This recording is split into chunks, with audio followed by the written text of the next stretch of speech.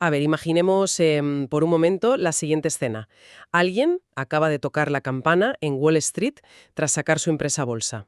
El típico momento de triunfo total. Exacto. O, no sé, quizá acaba de ganar unas elecciones, contra todo pronóstico, ¿no? Es el éxito absoluto. Lo tiene absolutamente todo. Ha coronado su cima. Eso es. Ha coronado su propio Everest, el mundo entero aplaude, hay confeti por todas partes. Sin embargo, por dentro, esa persona está aterrorizada. Completamente paranoica. Sí, sí, convencida de que su mano derecha planea traicionarla, sin poder dormir, viviendo en una especie de estado de emergencia perpetua. Es una contradicción brutal. Totalmente. ¿Cómo es posible que el éxito absoluto se convierta en una prisión psicológica tan oscura?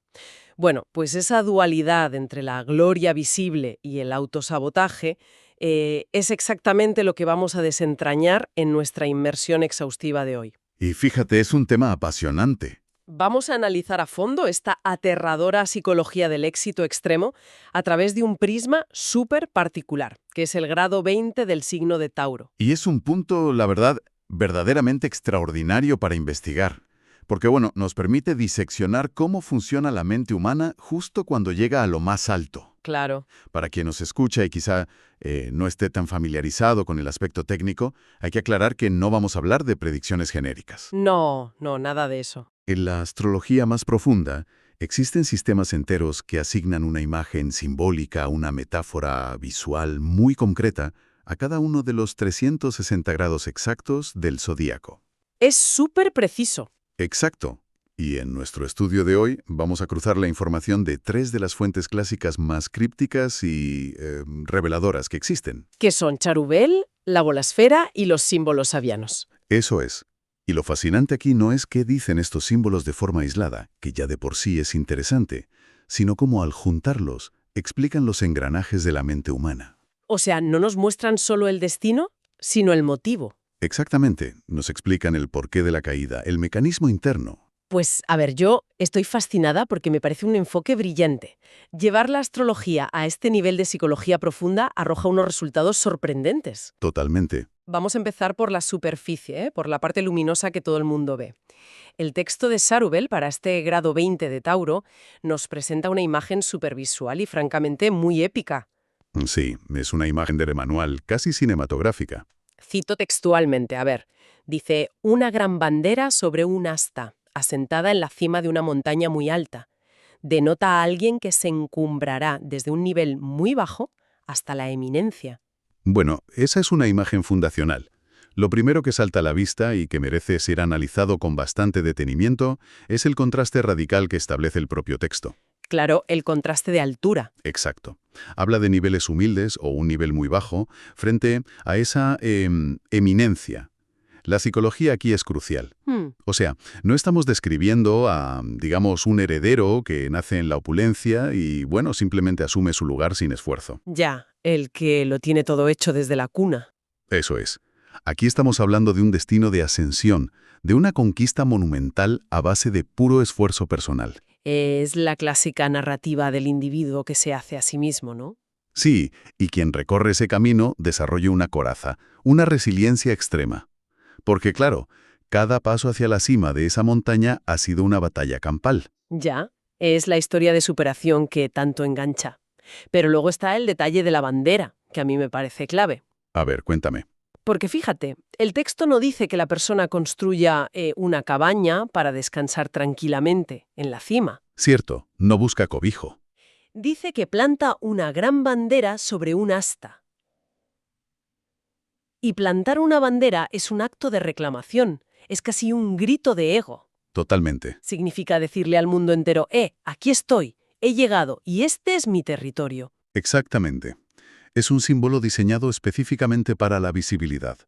O sea, esa gran bandera está pensada para que todos los que se quedaron abajo, en el valle, reconozcan quién ha conquistado la altura. Claro, que se vea bien desde lejos. Eso es.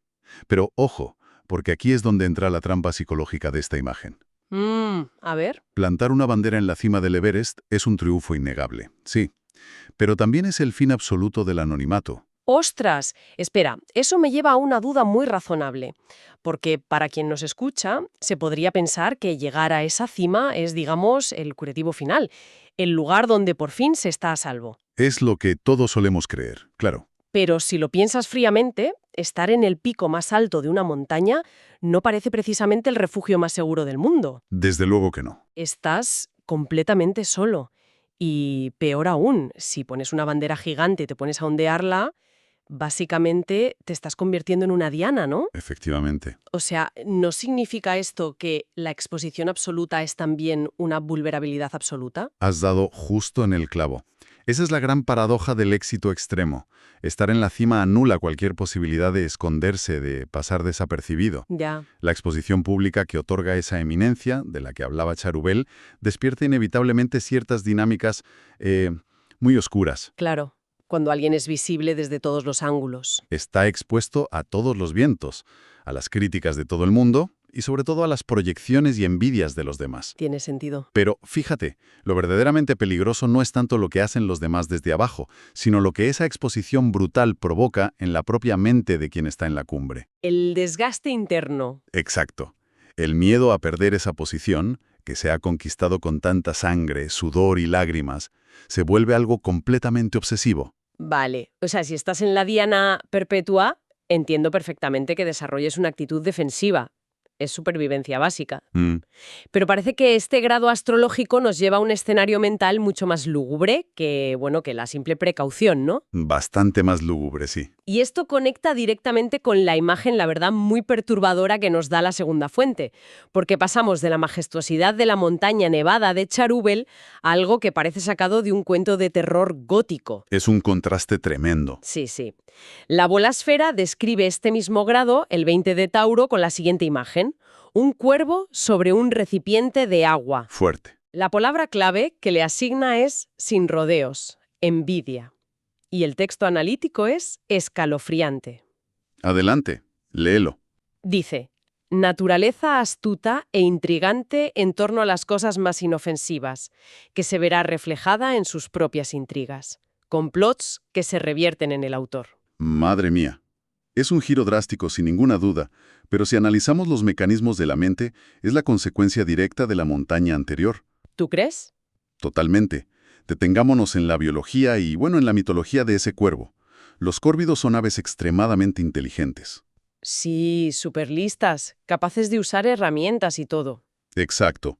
De planificar, de resolver problemas complejos. En la simbología clásica representan la astucia, el pensamiento estratégico. Pero claro, a menudo se asocian con la sombra, con lo oculto. Ahora, la imagen de la bolasfera nos pide imaginar a este cuervo tan inteligente posado sobre un recipiente de agua, mirando fijamente hacia abajo. Un momento, a ver, porque me cuesta un poco encajar esto de primeras. Si el individuo ya ha alcanzado el éxito absoluto, como veíamos en Charúbel, Sí. ¿por qué de repente hablamos de envidia y de complots? O sea, yo me pregunto, ¿por qué alguien que ya está en la cumbre querría conspirar contra nadie? Porque cuando se tiene todo, se empiezan a ver amenazas por todas partes. El miedo a perderlo te consume. Ah, claro. El cuervo mirando el agua es una metáfora súper potente de la mente que se mira a sí misma. El agua funciona como un espejo. Ya, el reflejo. ¿Y qué ve el cuervo en ese agua? Ve su propio reflejo oscuro. Esto ilustra el momento exacto en el que la inteligencia y la astucia se convierten en paranoia, pura y dura. Qué buena imagen. Fíjate que el texto menciona una naturaleza intrigante en torno a, cito, las cosas más inofensivas. Es verdad. Es decir, el sistema nervioso de esta persona está en un estado de alerta tan hiperactivo por el estrés de estar en la cima, que cualquier gesto trivial se vuelve enorme. O sea, un comentario casual en una reunión. Exacto. O una reunión a la que no fue invitado, un silencio incómodo en un pasillo. Todo eso se interpreta como una amenaza existencial. ¡Qué agotador! Y la envidia aquí es dual, fíjate. Temen la envidia de los demás, por supuesto, porque son la bandera en la montaña. Pero también envidian secretamente a quienes tienen la paz mental que ellos mismos han perdido en el ascenso. Ostras, es decir, es como si alguien se asustara de su propio reflejo en el espejo de su casa y se pusiera a pelear a muerte contra fantasmas. Literalmente. Proyecta su propia naturaleza intrigante en esa superficie y cree de verdad que el peligro viene de fuera, de los demás, cuando en realidad el veneno emana de su propio interior. Ese es el drama. Es la típica tragedia del tirano, ¿no? O del líder paranoico que destroza su propia empresa creyendo que la está protegiendo de traidores imaginarios. Esa es la lectura exacta, totalmente de acuerdo. La bolásfera nos está advirtiendo sobre el efecto boomerang de la suspicacia. El texto decía complots que se revierten en el autor. Y el mecanismo psicológico es implacable en eso. El cerebro invierte tantísima energía mental en diseñar estos complots defensivos para proteger la cima que termina cayendo en la propia trampa que ha acabado. Se sabotea a sí mismo. Al final, el autosabotaje es el único resultado lógico. Si empiezas a despedir a tus aliados más leales porque ves sombras de traición donde no las hay, Terminas derribando la misma estructura que sostiene tu bandera. exactamente. Te quedas solo y la bandera se cae. Es una espiral destructiva fascinante, de verdad. Tienes la cumbre, la fama, la bandera plantada, pero tu mente es ese cuervo insomne que no te deja disfrutar absolutamente de nada. Ni un segundo de paz. Y la pregunta evidente que surge al escuchar todo esto, creo yo, es ¿cómo se llega a ese nivel de desconexión? O sea, ¿qué es lo que rompe a esta psique por dentro para que el triunfo se vuelva una tortura tan retorcida? Pues para entender ese cortocircuito, tenemos que examinar la atmósfera en la que viven, la velocidad a la que procesan la realidad. El clima mental. Eso es. Y aquí es donde los símbolos sabianos entran a completar el rompecabezas de una forma magistral. Me encantan los avianos. Porque, a diferencia de los otros, estos símbolos no nos hablan de un lugar físico ni de un animal concreto, sino del clima existencial que rodea al grado 20 de Tauro. Vale. La imagen literal que nos ofrecen es nubes de viento y prisa. Y la palabra clave que utilizan para resumirlo es exaltación. Nubes de viento y prisa. Y ojo, porque el texto analítico de los sabianos es oro puro. Menciona literalmente la transitoriedad de la vida y una inestabilidad resultante de la desinclinación a entregar mucho de sí mismas a su experiencia. Esa frase es tremenda. Sí, sí. Habla del riesgo de perder el divino aplomo del ego, alterado por una excitación superficial. Pero lo que me resulta más llamativo, y te lo pregunto como experto, es que este texto divide muy estrictamente el símbolo en una vertiente positiva y otra negativa. Sí, hace una separación muy clara. Su aspecto positivo dice que otorga un eficiente control de los acontecimientos en todo punto de transición o crisis. Lo cual es súper útil. Claro, pero luego, en el aspecto negativo, advierte de un gran peligro. Dice la difusión del ser y gasto de energía en un intento por capturar las miríadas de facetas de lo no esencial. Bueno, es que los sabianos introducen aquí la pieza final del puzzle, que es el concepto de ligereza espiritual. O sea, la incapacidad de enraizar. Y asentarse. Eso es. Quien vive inmerso en esas nubes de viento y prisa tiene un sistema nervioso completamente adaptado a la velocidad. Operan, digamos, en una frecuencia altísima. Ya van a 1000 por hora. Y esto explica perfectamente la vertiente positiva que mencionabas.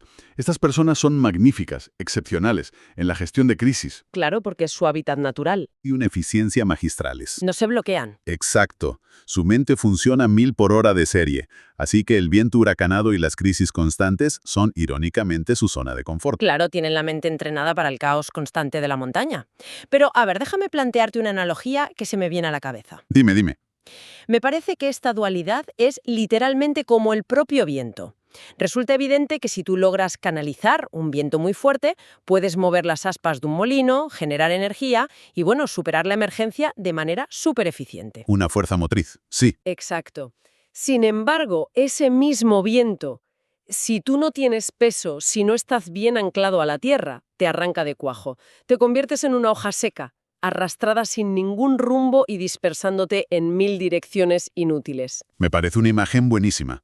Y supongo que esa es exactamente la difusión del ser a la que se refiere la parte negativa del texto sabiano, ¿no? Esa metáfora del molino frente a la hoja seca ilustra a la perfección la advertencia del símbolo.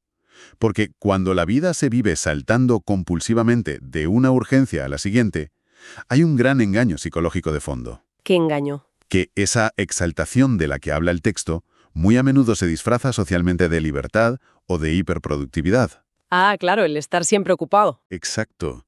Quien vive en perpetua prisa puede llegar a creer sinceramente que es súper libre, porque no se ata a nada, pero la realidad profunda, la que señala ese aspecto negativo de los saudianos, es que ese divino aplomo del ego, es decir, la identidad sólida de la persona, se evapora por completo. Ya. Y fíjate que eso suena hasta contradictorio de entrada, ¿eh? Porque uno se pregunta, ¿alguien que ha subido una montaña gigantesca y ha plantado una bandera no tiene una identidad súper sólida? Eso parecería desde fuera. Pero claro, si lo analizas a través de las nubes de viento y prisa, cobra todo el sentido del mundo. Si vas tan sumamente rápido persiguiendo lo que el texto llama lo no esencial, no tienes tiempo material para comprometerte con el presente. Ni contigo mismo. Claro, es una incapacidad crónica para profundizar en nada. O sea, ¿no será entonces que esa prisa constante es en realidad un mecanismo de defensa enorme? Exactamente. Ahí radica la conexión magistral de todo esto. Es una huida hacia adelante de manual. ¡Ostras! La desinclinación a entregar mucho de sí mismas a la experiencia, que mencionaba el texto, significa en el fondo un miedo atroz a la vulnerabilidad. A pararse a sentir. Eso es. En lugar de sentarse en la cima, enraizar y enfrentarse a la realidad de quiénes son ahora, gastan una cantidad enorme de energía vital en banalidades, en trivialidades. Para no pensar. Todo para mantener la ilusión de la velocidad. Corren para no tener que frenar jamás. ¡Qué fuerte! Porque, piénsalo, si frenan, el viento se calma. Ya. Y si el viento se calma de golpe, tienen que mirarse al espejo. Tienen que asomarse a ese recipiente de agua del que hablaba la bolasfera. Madre mía. A ver si logramos juntar todas las piezas de este rompecabezas. Porque el retrato que nos queda es francamente de una profundidad que asusta un poco. Es un retrato psicológico completísimo. O sea, si integramos estas tres perspectivas, ya no estamos viendo símbolos astrológicos aislados, estamos viendo un ciclo psicológico completo. Paso por paso.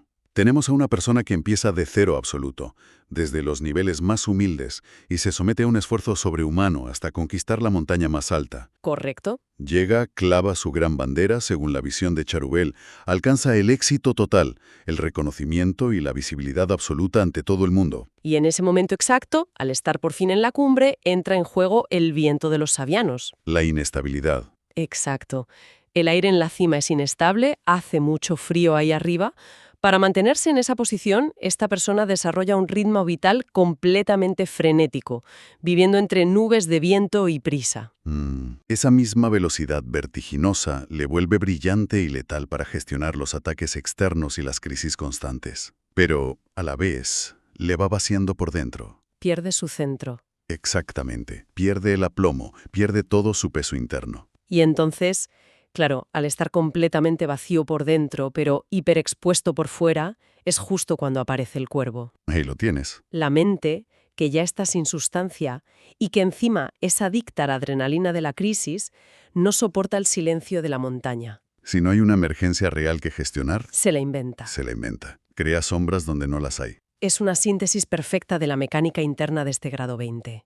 Es ese viento, esa prisa constante de los sabianos, la que agita violentamente el recipiente de agua de la bolasfera. Ah, qué buena conexión. Claro, con el agua en constante movimiento por el viento, la persona no puede ver un reflejo claro de sí misma. Se distorsiona todo. Solo ve formas borrosas, sombras deformadas que el cuervo, desde su astucia malentendida, interpreta como amenazas inminentes. Y ahí la paranoia toma el control total. Completo. Empieza a sospechar de todo el mundo, incluso en, como decía el texto, las cosas más inofensivas. Se vuelve un verdadero experto en diseñar complots. Utiliza toda esa brillantez mental de la prisa sabiana, pero ahora enfocada desde la envidia, el miedo y la sombra. ¡Qué desgaste! Y al final, al no tener aplomo, la propia intriga se revierte y sabotea la bandera que tantísimo le costó plantar en la cima. Menudo panorama. Es decir, es el manual de instrucciones del triunfador que termina literalmente devorándose a sí mismo. Sí, es una tragedia moderna. Resulta asombroso observar cómo la astrología, lejos de ser, pues eso, una simple predicción genérica de revista, contiene unos códigos tan increíblemente precisos sobre el comportamiento y las trampas de la psique humana. Es una herramienta de diagnóstico psicológico muy potente.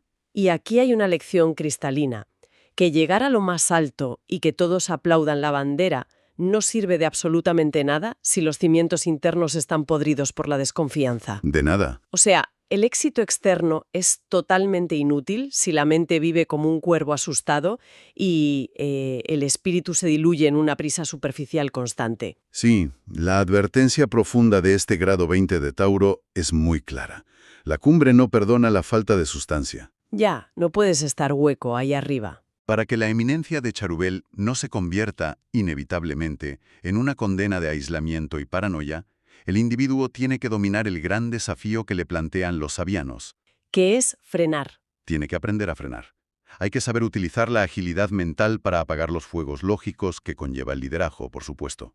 Claro, no vas a dejar que se queme todo. Exacto, pero aplicando un anclaje súper consciente. Negarse a perder la identidad en el torbellino de la prisa. Mm. Porque solo cuando el ego recupera su peso real, su divino aplomo, el viento por fin se aquieta. Y cuando el viento se aquieta, La superficie del agua en el recipiente de la bolásfera se vuelve completamente nítida, como un espejo perfecto. ¡qué maravilla de imagen! Ahí es cuando el cuervo por fin puede verse a sí mismo tal y como es.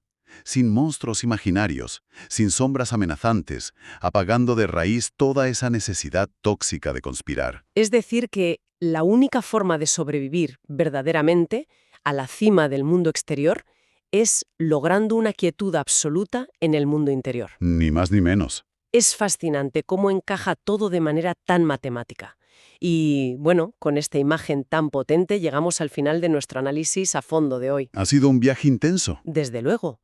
Resulta verdaderamente revelador comprobar cómo, al sumergirnos profundamente en unas fuentes que a simple vista para quien nos escucha podrían parecer un poco arcaicas o inconexas, Sí, una bandera, un cuervo, un cielo con viento. claro, a partir de esos elementos tan dispares hemos extraído una lección magistral y súper atemporal sobre la naturaleza humana, sobre los verdaderos peligros del éxito y, en fin, los abismos de nuestra propia psicología. Ese es el poder de explorar estas herramientas con el rigor que merecen, porque al final nos brindan unos espejos de una claridad quirúrgica. Totalmente. Espejos donde podemos observar los mecanismos más complejos de la condición humana. Y sobre todo, nos explican por qué tendemos a tropezar siempre en las mismas piedras. Y fíjate, precisamente utilizando esa idea del espejo y del reflejo que comentas, me gustaría dejar un pensamiento final flotando en el aire para quienes nos oyen. A ver, adelante.